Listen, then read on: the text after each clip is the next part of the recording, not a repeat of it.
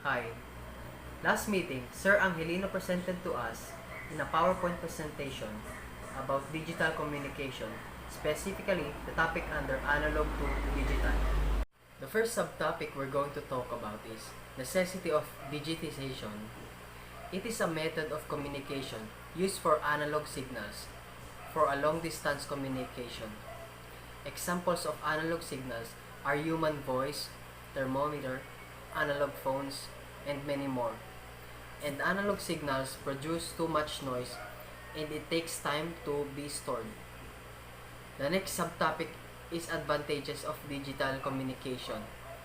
The hardware implementation in digital circuits is more flexible than analog and it is easy to design and cheaper than analog circuits.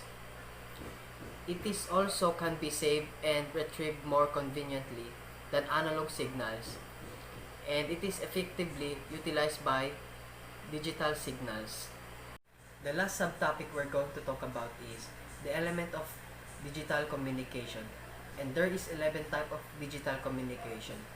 The first one is source. It can be any signal itself and any analog signal. Like for example of a source is vibration and any signal you can imagine that you can input in a digital communication. Next is the input transducer. It is a device that transforms energy into another form. Then next is source encoder. It is responsible for compressing the input information sequence to represent it with less redundancy. Next is channel encoder. As described in source encoding, one purpose of the source encoder is to eliminate redundant binary digits from the digitized signal. And next is digital modulator. It's the process of encoding a digital information signal into the amplitude, phase, or frequency of the transmitted signal.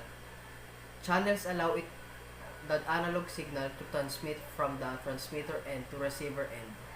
Next is digital demodulator. The received signal is demodulated as well as converted again from analog to digital. Next is channel decoder. Introduces controlled redundancy called parity bits.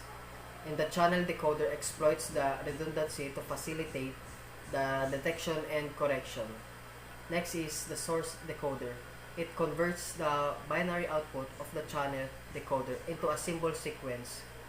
Next is the output transducer. It takes electric signals and converts them into another form of energy. Next is the output signal. It is a signal that comes out of an electric signal and any nonverbal action or gesture that encodes a message. And this is the things I learned from Sir Angelino report last Thursday. Thank you.